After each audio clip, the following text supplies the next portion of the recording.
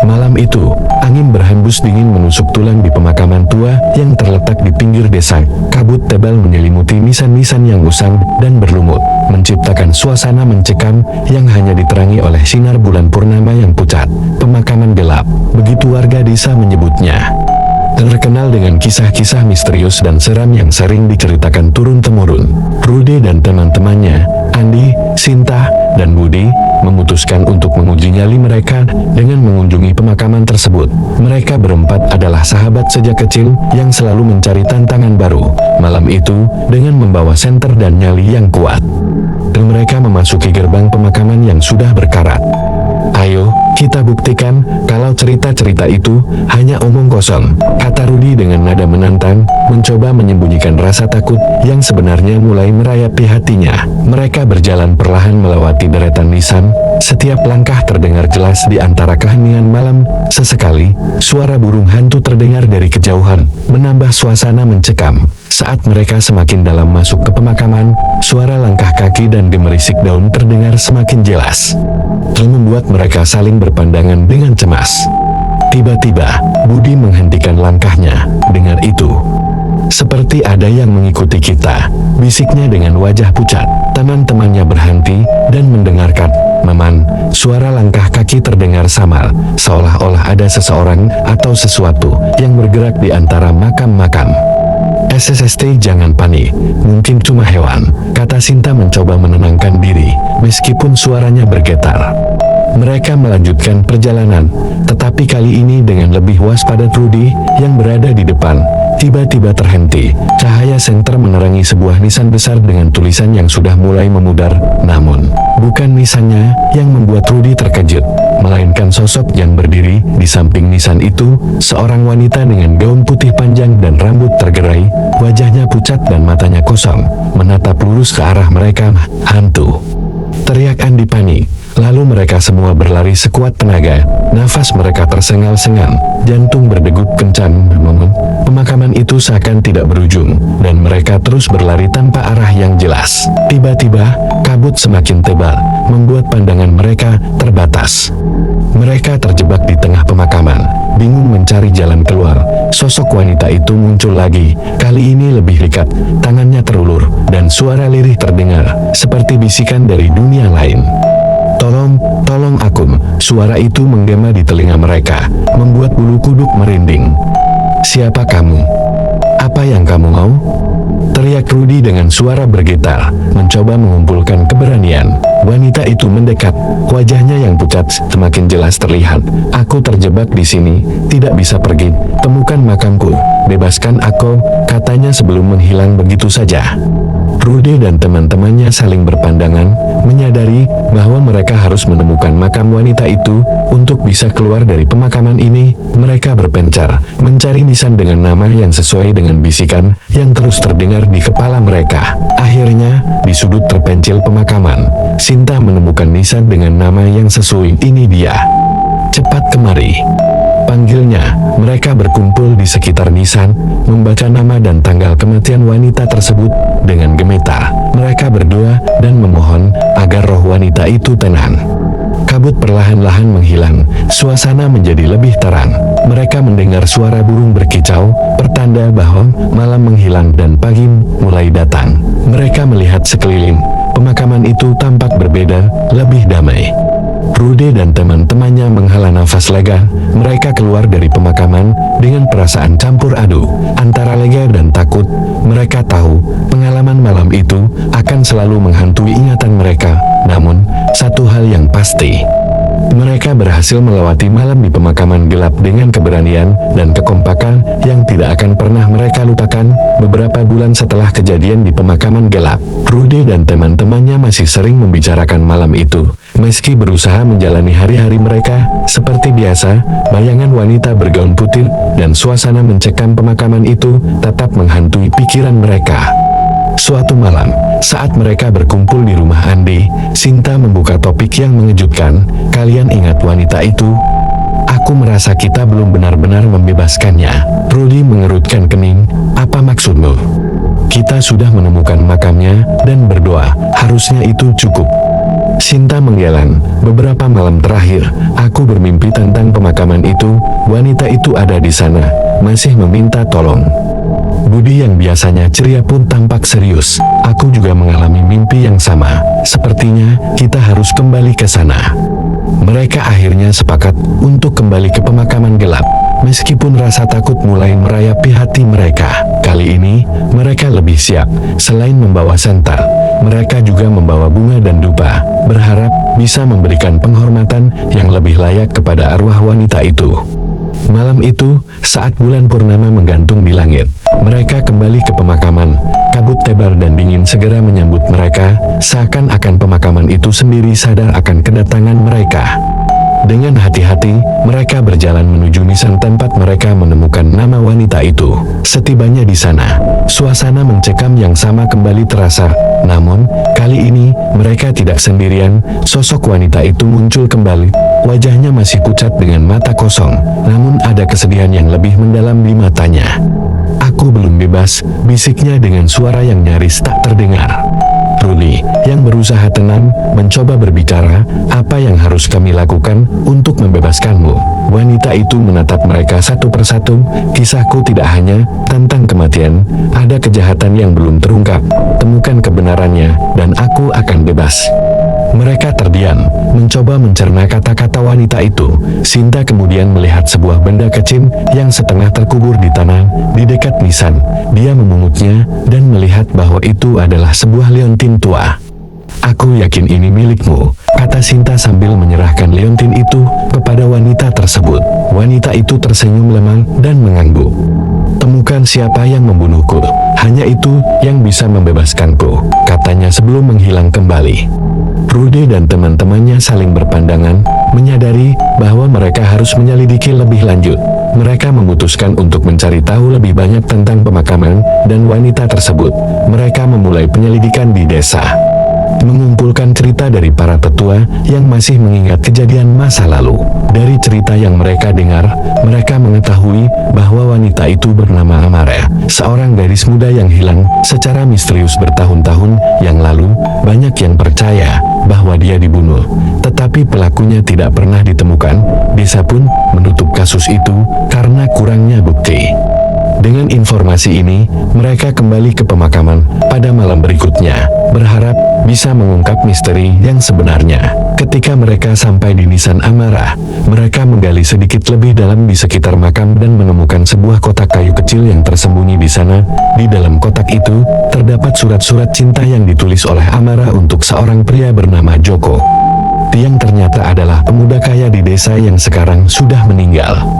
Surat-surat itu mengungkapkan hubungan rahasia mereka dan konflik yang terjadi karena status sosial yang berbeda. Pada surat terakhir, Amara menulis tentang ketakutannya karena Joko mengancam akan membunuhnya jika dia tidak menurut. Ini adalah bukti yang mereka butuhkan. Dengan bukti ini, mereka pergi ke kepala desa dan menunjukkan surat-surat tersebut. Kepala desa terkejut tetapi berjanji akan mengumumkan kebenaran ini kepada seluruh desa, sehingga arwah Amara dapat tenang. Kembali ke pemakaman, mereka meletakkan bunga dan dupa di makam Amara. Sekali lagi, sosok wanita itu muncul, tetapi kali ini dengan wajah yang lebih damai. "Terima kasih, akhirnya aku bisa tenang," katanya sebelum menghilang untuk terakhir kalinya. Kabut perlahan menghilang, udara menjadi hangat, dan sinar bulan terasa lebih terang. Rudy dan teman-temannya merasakan beban yang terangkat dari hati mereka. Mereka tahu, malam-malam gelap di pemakaman itu telah berakhir, dan arwah Amara akhirnya bisa beristirahat dalam damai. Setelah kepala desa mengumumkan kebenaran tentang Amara kepada seluruh desa, suasana di desa mulai berubah. Rasa damai yang lama hilang perlahan kembali, dan para penduduk merasa lega bahwa kebenaran akhirnya terungkap. Namun, bagi Rudy, Andi, Sinta, dan Budi, pertualangan mereka di pemakaman gelap membawa perubahan yang lebih dalam hidup mereka. Beberapa minggu kemudian, Sinta mulai merasakan keanehan. Mimpi tentang pemakaman itu masih menghantui tidurnya. Namun kali ini, tidak ada sosok Amara. Sebaliknya, dia melihat bayangan lain, sosok yang tinggi dan gelap, bersembunyi di antara nisan-nisan. Sinta merasa bahwa ada sesuatu yang belum selesai, sesuatu yang lebih gelap dan lebih jahat dari sekedar misteri kematian Amara. Suatu hari, saat mereka berkumpul di rumah Budi, Sinta menceritakan mimpinya. Aku merasa ada yang salah. Amara mungkin sudah tenang, tapi pemakaman itu masih menyimpan kegelapan. Andi yang biasanya skeptis pun kali ini setuju. Mungkin ada sesuatu yang lebih besar di sana. Mungkin kita hanya menggaruk permukaan. Mereka memutuskan untuk melakukan satu penyelidikan terakhir di pemakaman. Malam itu, mereka kembali ke pemakaman gelap. Kali ini, dengan perasaan waspada yang lebih tinggi. Kabut tebal masih menyelimuti tempat itu, dan suara angin masih terdengar seperti bisikan. Saat mereka berjalan lebih dalam, melewati makam Amara, mereka merasakan suasana yang berbeda. Udara menjadi lebih dingin, dan suasana semakin mencekam. Mereka menemukan sebuah makam tua yang berbeda dari yang lain, dengan batu nisan yang retak dan hampir runtuh. Tertulis nama yang tidak mereka kenal, tetapi aura di sekitar makam itu terasa sangat negatif. Ketika mereka mendekati makam tersebut, tiba-tiba tanah di sekitar mereka bergetar. Dari balik kabut, muncul sosok gelap yang dilihat Sinta. Dalam mimpinya sosok itu tinggi, dengan mata merah menyala, dan memancarkan kegelapan yang menakutkan. Siapa atau apa itu? Bisik Budi dengan suara gemetar. Sosok itu bergerak mendekat, mengeluarkan suara mengerikan seperti raungan dari neraka. Mereka mundur beberapa langkah, namun sosok itu terus mendekat, seolah-olah mengintai mereka. Rudy yang biasanya berani pun merasakan ketakutan yang luar biasa. Kita harus menemukan cara untuk mengusirnya, katanya dengan suara bergetar. Mereka berpikir cepat, mencoba mengingat apa yang mungkin bisa membantu. Andi tiba-tiba teringat sesuatu. Bukankah ada cerita lama tentang jimat pelindung yang bisa mengusir roh jahat? Sinta mengangguk. Ya, aku ingat nenekku pernah bercerita tentang itu. Ada jimat yang disimpan di kuil desa yang bisa melindungi kita. Mereka segera berlari keluar dari pemakaman, menuju kuil desa. Di kuil, mereka menemui penjaga kuil dan menceritakan situasinya. Penjaga kuil yang bijak mendengarkan dengan seksama dan kemudian memberikan mereka sebuah jimat kuno yang terbuat dari kayu dan diukir dengan simbol-simbol pelindung. Gunakan ini dengan hati yang tulus dan kegelapan itu akan terungkap dan sirna, kata penjaga kuil. Dengan jimat di tangan, mereka kembali ke pemakaman gelap. Sosok gelap itu masih ada, menunggu mereka. Mereka maju dengan jimat diangkat tinggi, mengucapkan doa-doa yang diajarkan penjaga kuil. Cahaya dari jimat itu mulai bersinar terang, mengusir kegelapan di sekitar mereka. Sosok itu berteriak marah, berusaha melawan cahaya jimat. Namun akhirnya kegelapan itu perlahan-lahan menghilang, terhisap oleh cahaya yang bersinar semakin terang. Tanah yang tadinya bergetar pun berhenti, dan suasana pemakaman kembali tenang. Ketika cahaya mereda, mereka melihat makam yang tadi dipenuhi aura negatif. Sekarang terlihat lebih damai. Suasana pemakaman pun berubah, tidak lagi terasa mencekam. Mereka menghela napas lega, merasa bahwa akhirnya semua yang jahat telah diusir. Malam itu, mereka meninggalkan pemakaman gelap dengan perasaan tenang. Mereka tahu, tidak hanya arwah Amara yang sekarang bisa beristirahat dengan damai, tetapi seluruh pemakaman telah bebas dari kegelapan yang menghantui selama ini. Keesokan harinya, desa merasakan perubahan yang besar. Tidak ada lagi cerita-cerita seram tentang pemakaman itu. Warga mulai berani datang untuk membersihkan dan merawat makam-makam yang ada. Pemakaman gelap kini menjadi tempat yang damai, tidak lagi menyeramkan. Rudy, Andi, Sinta, dan Budi kini memiliki kenangan yang tak terlupakan. Mereka menyadari bahwa keberanian dan persahabatan mereka telah mengubah nasib desa mereka. Meskipun petualangan mereka penuh dengan ketakutan, mereka berhasil menghadapi kegelapan dan membawa cahaya ke tempat yang dulu penuh misteri. Setelah kegelapan di pemakaman gelap terungkap dan diusir, Rudy, Andi, Sinta, dan Budi merasa hidup mereka kembali normal.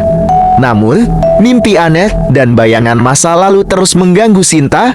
Suatu malam, ia bermimpi berada di pemakaman itu lagi. Tetapi kali ini dia mendengar suara seorang anak kecil menangis, memanggil-manggil namanya. Pagi harinya, Sinta menceritakan mimpinya kepada teman-temannya. Mereka semua merasa cemas. Sepertinya ada sesuatu yang belum kita selesaikan, kata Andi dengan raut wajah khawatir. Rudy mengangguk. Mungkin kita harus kembali dan memastikan semuanya benar-benar selesai. Dengan perasaan waspada, mereka memutuskan untuk mengunjungi pemakaman itu. Sekali lagi, malam itu, saat bulan purnama kembali menyinari langit, mereka berjalan menuju pemakaman gelap. Meski suasana terasa lebih damai dibandingkan sebelumnya, ada rasa dingin yang merayap di tulang mereka. Setibanya di pemakaman, mereka berjalan melewati makam Amaro dan menuju makam tua yang pernah mereka temukan. Saat itu, suara tangisan anak kecil mulai terdengar samar-samar. Mereka mengikuti suara itu dan tiba di sebuah makam kecil yang tersembunyi di balik semak-semak. Di makam itu, tertulis nama Andi kecil dengan tanggal yang sudah lama sekali. Sinta terkejut, menyadari bahwa nama itu sama dengan nama salah satu temannya. Namun, ketika dia melihat lebih dekat, ada detail yang membuat bulu kuduknya merinding. Tanggal lahir di nisan itu sama dengan tanggal lahir Andi, tetapi tanggal kematiannya adalah beberapa hari setelah mereka mengusir roh jahat. Bagaimana mungkin? Bisik Andi dengan wajah pucat. Aku tidak pernah tahu ada makam ini. Saat mereka berdiri di sana, tanah di sekitar makam mulai bergetar pelan. Suara tangisan semakin jelas dan diikuti dengan bayangan seorang anak kecil yang muncul di hadapan mereka. Anak kecil itu mirip dengan Andi saat masih kecil, namun dengan wajah pucat dan mata penuh kesedihan. Aku terjebak di sini, katanya dengan suara serak. Kalian harus menolongku keluar. Rudy yang mencoba tetap tenang bertanya, apa yang harus kami lakukan untuk menolongnya? Anak itu memandang mereka dengan mata penuh harap. Kalian harus menemukan siapa yang mengunci jiwaku di sini. Cari di rumah lamaku, ada sesuatu yang bisa membebaskanku. Dengan hati-hati, mereka meninggalkan pemakaman dan menuju rumah lama Andi yang sudah lama tidak ditempati. Rumah itu tampak suram, dengan jendela-jendela yang berdebu dan pintu yang berderi. Saat mereka masuk, suasana di dalam rumah terasa dingin dan mencekam. Mereka menyisir setiap sudut rumah, mencari petunjuk. Di ruang bawah tanah, mereka menemukan sebuah kotak kayu tua yang terkunci. Sinta menemukan kunci kecil di bawah papan lantai yang terangkat. Ketika mereka membuka kotak itu, mereka menemukan sebuah boneka tua dan buku harian yang sudah usang. Mereka membuka buku harian itu dan mulai membaca. Di dalamnya tertulis cerita tentang anak kecil yang pernah tinggal di rumah itu. Anak itu ternyata adalah saudara kembar Andi yang hilang saat kecil. Buku harian itu mengungkapkan bahwa anak itu sering melihat bayangan-bayangan anak dan mendengar bisikan yang membuatnya ketakutan. Suatu malam, dia menghilang tanpa jejak, dan keluarganya tidak pernah menemukannya. Sinta meneteskan air mata. Ini saudara kembarmu, Andi. Dia terjebak di dunia ini karena ketakutan dan kesedihan. Dengan penuh tekad, mereka kembali ke pemakaman dengan boneka dan buku harian tersebut. Mereka meletakkan boneka di makam dan membaca doa-doa yang ada di buku harian. Cahaya lembut mulai menyelimuti makam, dan sosok anak kecil itu muncul kembali. Terima kasih, katanya dengan suara yang lebih tenang. Aku bisa pergi sekarang. Dengan itu, sosok anak kecil itu perlahan menghilang, meninggalkan perasaan damai di sekitar mereka. Mereka merasa lega dan tahu bahwa mereka telah menyelesaikan misi mereka. Setelah malam itu, tidak ada lagi mimpi atau bayangan aneh yang mengganggu mereka. Pemakaman gelap akhirnya benar-benar bebas dari segala kegelapan dan misteri. Rudy, Andi, Sinta, dan Budi kembali menjalani hidup mereka dengan tenang. Mengetahui bahwa keberanian dan persahabatan mereka telah membawa kedamaian yang abadi. Desa itu kini penuh dengan kehidupan dan keceriaan, dan pemakaman gelap berubah menjadi tempat yang indah, penuh dengan bunga dan kenangan akan mereka yang telah pergi. Petualangan mereka telah berakhir, namun ikatan persahabatan mereka semakin kuat, membuat mereka siap menghadapi apapun yang akan datang di masa depan. Beberapa tahun berlalu sejak petualangan terakhir mereka di pemakaman gelap. Desa mereka kini menjadi tempat yang lebih damai, dan suasana mencekam dari pemakaman itu hanya tinggal kenangan. Rudy, Andi, Sinta, dan Budi telah dewasa, menjalani hidup mereka masing-masing, namun persahabatan mereka tetap erat, dan mereka sering berkumpul untuk mengingat masa-masa petualangan mereka. Suatu malam, ketika mereka berkumpul di rumah Sinta, Budi mengangkat topik yang mengejutkan. Aku mendapat pekerjaan di luar kota dan akan segera pindah, katanya dengan nada berat. Aku ingin kita melakukan satu perjalanan terakhir sebelum aku pergi. Sinta tersenyum. Kamu ingin kita kembali ke pemakaman gelap, bukan? Budi mengangguk ya, sebagai perpisahan yang tepat. Lagi pula, itu tempat di mana kita melalui banyak hal bersama. Mereka semua setuju dan merencanakan perjalanan tersebut malam itu dengan hati yang campur aduk antara rasa nostalgia dan harapan. Mereka berempat berjalan menuju pemakaman gelap. Tempat itu sekarang lebih terawat dengan bunga-bunga yang tumbuh di sekitar makam dan jalan setapak yang bersih. Namun, suasana malam tetap memberi mereka perasaan khusus yang mengingatkan pada petualangan masa lalu. Mereka berjalan perlahan, mengenang setiap sudut pemakaman itu. Setibanya di makam Amara, mereka berhenti dan berdoa, memberikan penghormatan kepada arwah yang telah mereka bantu tenang. Dari sana, mereka melanjutkan ke makam saudara kembar Ande, merasakan kedamaian yang menyelimuti tempat itu. Tiba-tiba, saat mereka berdiri di sana, angin berhembus kencang dan kabut tebal muncul dari arah yang tidak terduga. Suasana yang tadinya damai berubah menjadi mencekam. Dari balik kabut, mereka mendengar suara langkah kaki berat dan suara berdesis yang familiar. Apakah kalian merasakan itu? Bisik Sinta dengan suara bergetar. Rudy mengangguk. Ini tidak mungkin, kita sudah mengusir semua kegelapan. Dari balik kabut, muncul sosok tinggi dan gelap, lebih menakutkan dari sebelumnya. Mata merah menyala dari sosok itu, mengarah langsung ke mereka. Kalian tidak akan pernah bebas dariku. Suara itu bergema, penuh dengan kebencian dan dendam. Andi maju dengan penuh keberanian. Kami telah mengusirmu. Mengapa kamu kembali? Sosok itu tertawa dengan suara mengerikan. Kalian mungkin telah mengusir sebagian dari kegelapan, tapi inti dari kegelapan itu selalu ada, dan sekarang, aku kembali untuk mengambil apa yang seharusnya menjadi milikku.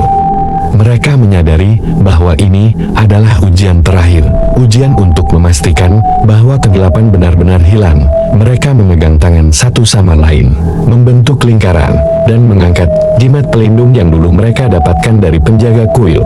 Rudy memimpin doa, dan mereka semua mengikuti, mengucapkan kata-kata dengan penuh keyakinan. Cahaya dari jimat itu mulai bersinar terang, lebih terang daripada sebelumnya. Sosok gelap itu mengeluarkan raungan marah, berusaha melawan cahaya yang memancar dari jimat. Kekuatan persahabatan kita lebih kuat dari kegelapanmu, teriak Andi dengan penuh semangat.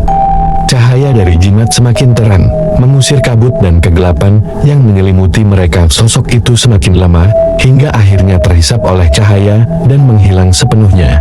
Suasana kembali tenang, dan udara menjadi hangat. Mereka menghela napas lega, merasakan beban besar yang terangkat dari hati mereka. Mereka tahu, kali ini, kegelapan itu benar-benar telah hilang. Tidak ada lagi bayangan atau suara mengerikan yang akan mengganggu mereka. Pagi mulai menjelang, dan matahari terbit di ufuk timur, membawa cahaya baru ke pemakaman gelap. Mereka berjalan keluar dari pemakaman, merasakan bahwa babak baru dalam hidup mereka telah dimulai. Di pintu gerbang, mereka berhenti sejenak, melihat ke belakang untuk terakhir kalinya. Ini benar-benar akhir dari segalanya, kata Budi dengan senyuman. Terima kasih untuk semua kenangan ini. Sinta, dengan mata berkaca-kaca, mengangguk. Kita akan selalu bersama, tidak peduli sejauh apapun kita pergi. Mereka berempat berpelukan, merasakan ikatan persahabatan yang tidak akan pernah pudar. Dengan hati yang penuh harapan, mereka meninggalkan pemakaman gelap, siap untuk menghadapi masa depan yang cerah dan penuh dengan petualangan baru. Kegelapan mungkin pernah menghantui mereka, tetapi cahaya persahabatan mereka selalu akan mengalahkannya. Beberapa bulan telah berlalu sejak malam terakhir mereka di pemakaman gelap. Budi kini telah pindah ke kota lain, menjalani kehidupannya dengan pekerjaan baru. Meski berjauhan, mereka tetap menjaga komunikasi dan persahabatan mereka tetap kuat. Rudy, Andi, dan Sinta menjalani hidup mereka dengan normal di desa, namun selalu merindukan kehadiran Budi. Suatu malam, saat mereka sedang berkumpul di rumah Andi untuk video call dengan Budi, mereka merasakan sesuatu yang aneh. Sinyal telepon mulai terganggu, dan layar video call menunjukkan gambar yang buram. Suara Budi terdengar jauh dan terputus-putus. Teman-teman, aku merasakan sesuatu yang aneh di sini. Ada sesuatu yang mengikuti aku. Suara Budi terdengar ketakutan ketakutan sebelum akhirnya terputus. Sinta panik. Kita harus memastikan dia baik-baik saja. Aku punya firasat buruk tentang ini. Rudy mengangguk. Kita harus pergi ke sana dan melihat apa yang terjadi. Mereka segera mengatur perjalanan ke kota tempat Budi tinggal. Setibanya di sana, mereka langsung menuju apartemen Buding. Ketika mereka tiba, apartemen itu terlihat normal dari luar. Tetapi ketika mereka masuk, suasana di dalam sangat berbeda. Udara terasa dingin, dan ada aura mencekam yang menyelimuti ruangan. Mereka memanggil-manggil nama Budi, tetapi tidak ada jawaban. Mereka menyisir setiap sudut apartemen dan akhirnya menemukan sebuah pintu kecil yang tersembunyi di belakang lemari.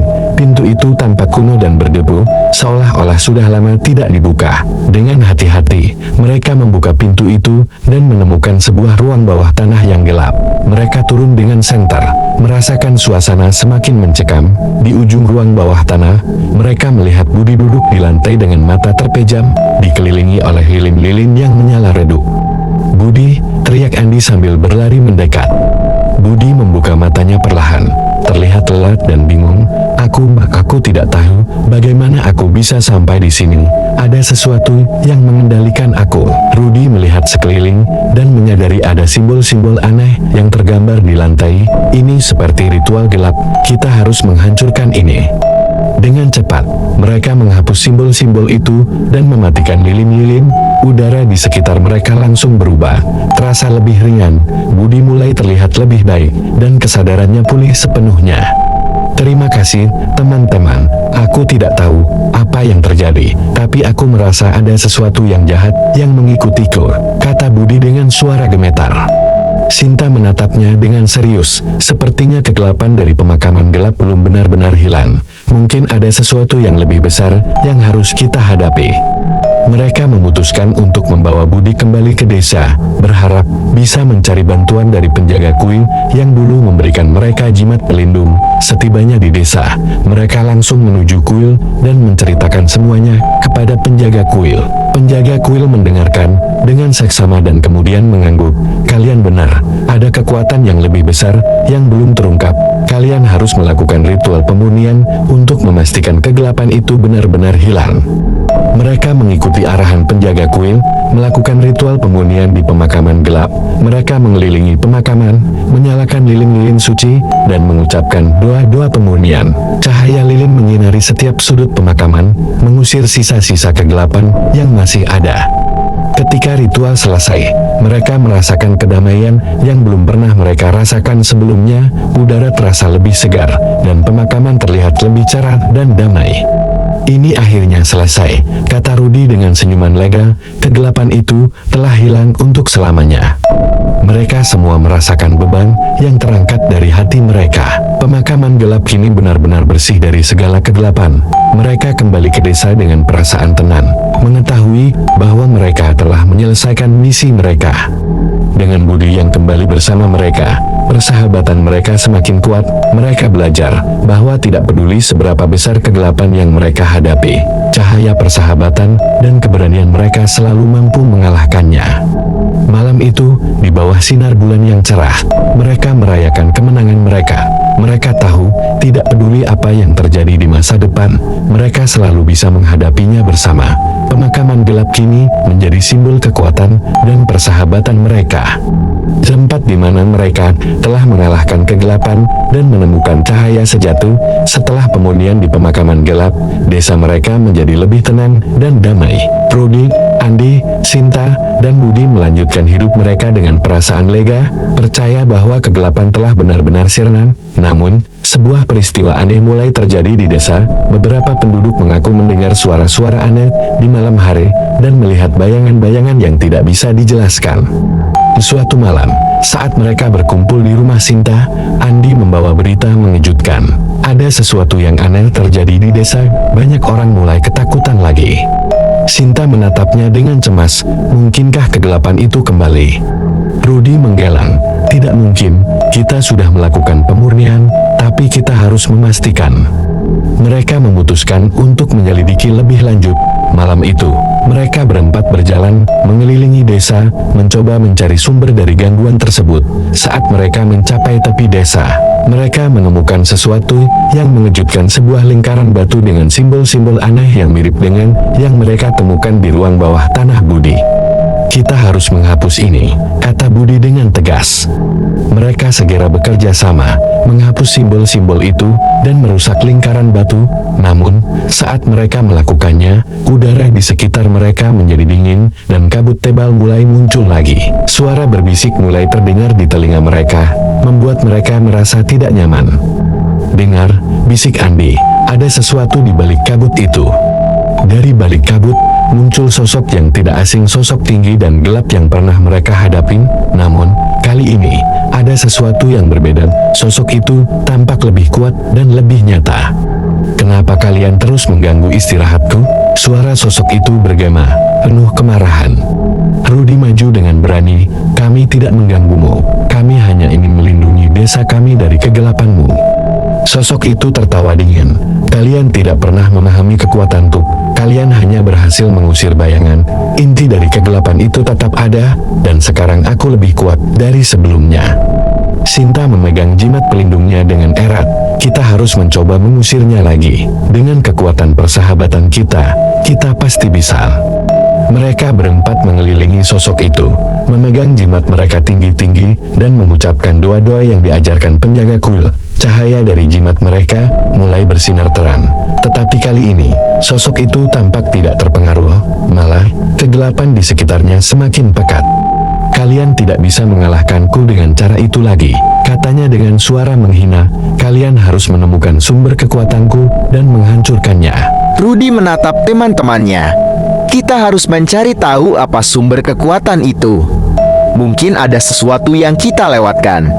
Mereka segera kembali ke kuil untuk berkonsultasi dengan penjaga kuil. Penjaga kuil mendengarkan cerita mereka dengan seksama dan kemudian berkata, "Ada legenda lama tentang roh jahat yang terikat pada artefak tertentu. Mungkin kegelapan yang kalian hadapi terhubung dengan artefak semacam itu." Penjaga kuil memberikan mereka peta tua yang menunjukkan lokasi sebuah gua di hutan dekat desa. "Di gua ini, konon ada artefak kuno yang menyimpan kekuatan besar. Kalian harus pergi ke sana dan menghancurkannya."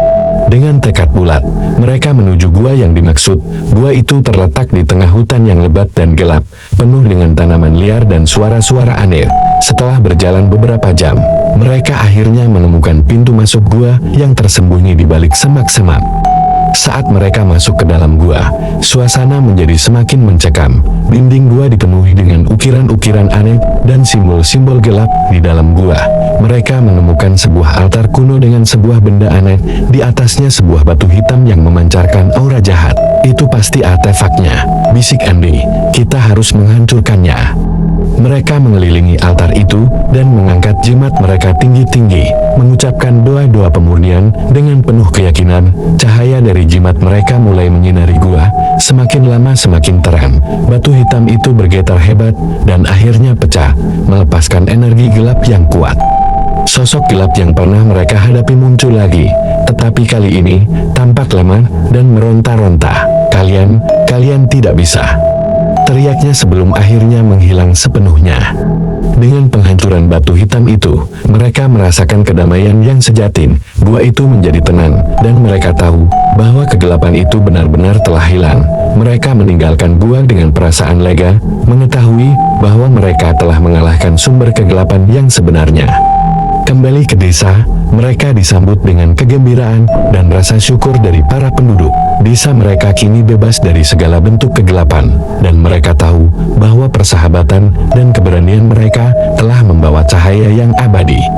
Di bawah sinar matahari yang cerah, mereka berempat berjalan bersama, siap untuk menghadapi masa depan dengan hati yang ringan dan penuh harapan. Mereka tahu bahwa tidak ada kegelapan yang bisa mengalahkan cahaya persahabatan mereka. Dan dengan itu, mereka siap untuk petualangan baru yang mungkin datang di masa depan dengan desa mereka yang kini bebas dari kegelapan. Kehidupan Rudi, Andi, Sinta, dan Budi kembali normal. Meskipun kedamaian telah tercapai, pengalaman mereka telah mengubah cara pandang mereka terhadap dunia. Mereka menjadi lebih dekat satu sama lain dan lebih kuat dalam menghadapi tantangan hidup.